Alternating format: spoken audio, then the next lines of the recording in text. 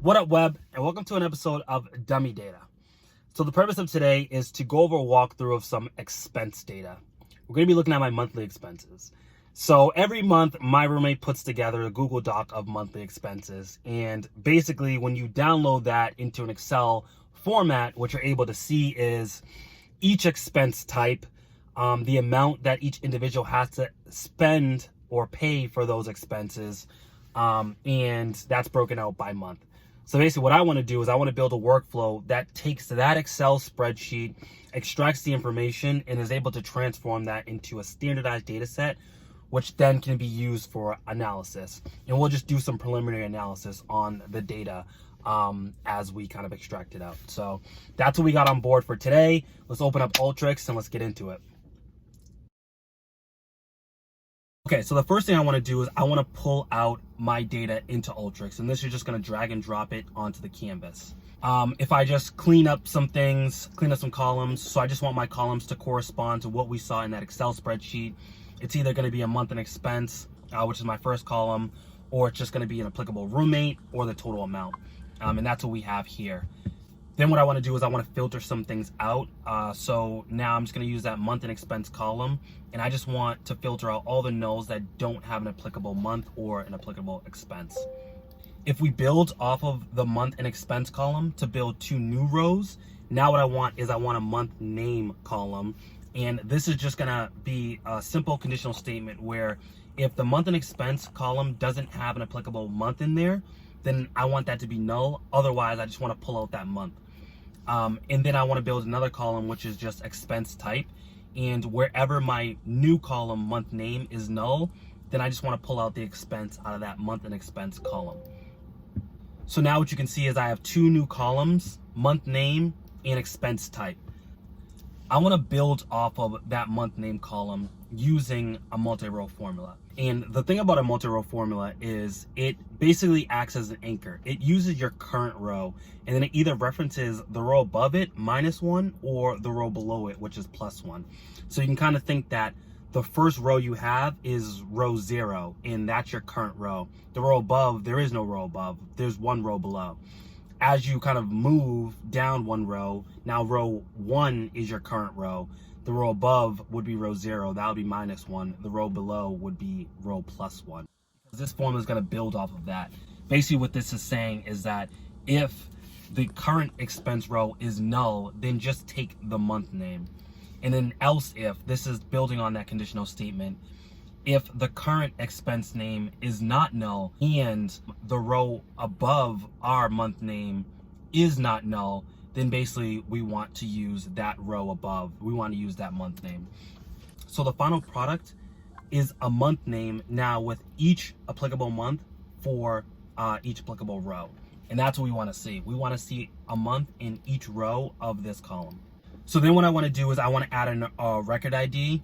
And I'm just going to call this T, and it's going to denote time, and it's just going to go in ascending order. So it's going to be a record ID that just counts from 1 to whenever. And I'm going to use this in conjunction with month name at a later date. So then we have regex, and regex is a very robust tool. And what this tool is going to do, or what I'm going to use this tool for, is just to pull out some string out of our month and expense column. What I'm going to do is I'm just going to denote the string that I want to capture, which is just going to be backslash capitalized W. And what the W refers to is a non-word character. And then I want to do backslash lowercase w, and that's going to refer to a word character, so such as A, B, C, D, etc., etc. I'm going to put it in parentheses, and I'm going to put a 3 in there, and this is just going to say 3 word characters. And then I'm going to end it with another backslash capital W, non-word character. So again, a non-word character is something like a parentheses or a plus sign, a minus sign, anything that's not a letter. So basically what I want to pull out is anything that has a non-word character, 3 word characters, and another non-word character.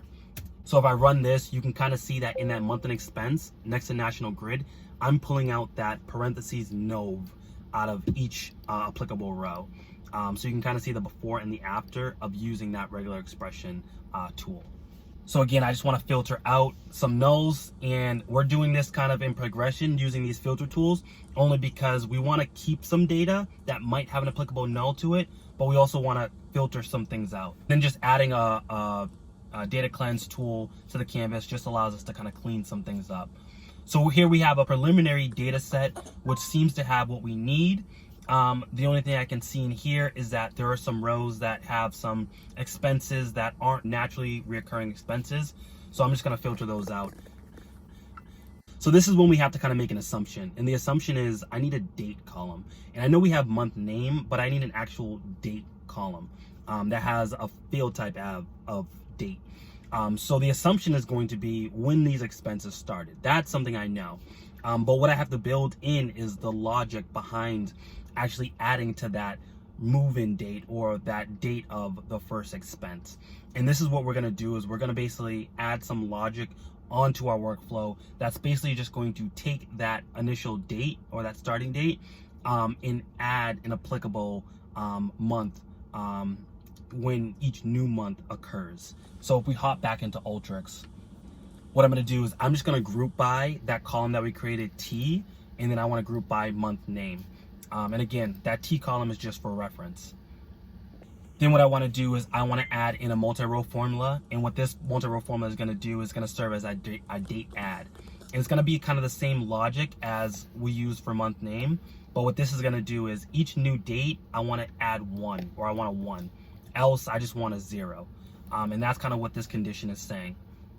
So if I'm able to run the workflow, what I'm able to see is I'm able to see that for each new month, I have a 1, and every applicable month after that is 0. So each new month, 1, 0, 0, 0, new month, 1. If I add in a running total tool, then you can start to see that this is starting to kind of look like what we want. It's 0, then it's 1, then it's 2, then it's 3. And now is when I can add my logic or add the assumption in there. I'm going to add a formula tool. I'm going to denote this new column as date. And it's just going to be my starting date. It's going to be the date that I either moved in or these expenses started. And this is going to be an actual date. Then what I want to do is I want to alter that date with using a date time formula. So I'm going to take that date. I'm going to add our running total as the increment. And basically what I want to do is those increments I want them to be months. So this is what you can see, and this is what we want. It starts with our starting date, and then for each new month, we add a month. And you can see that the date follows. Then just clean some more things up. We're going to add a find and replace, and this is where we're going to reference that T column. And this is the reason why we kept it as a string, so that we could find and replace, or we could look up using that T column.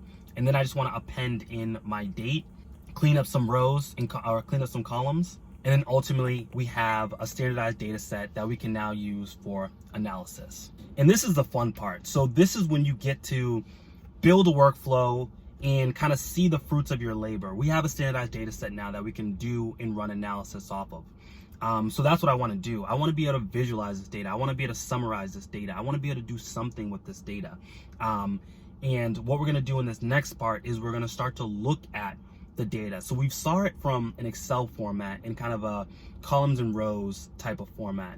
Now what I want to see is I want to see it from, a data format. I want to see it from a visualization standpoint. I want to see things that I wasn't able to see in that spreadsheet.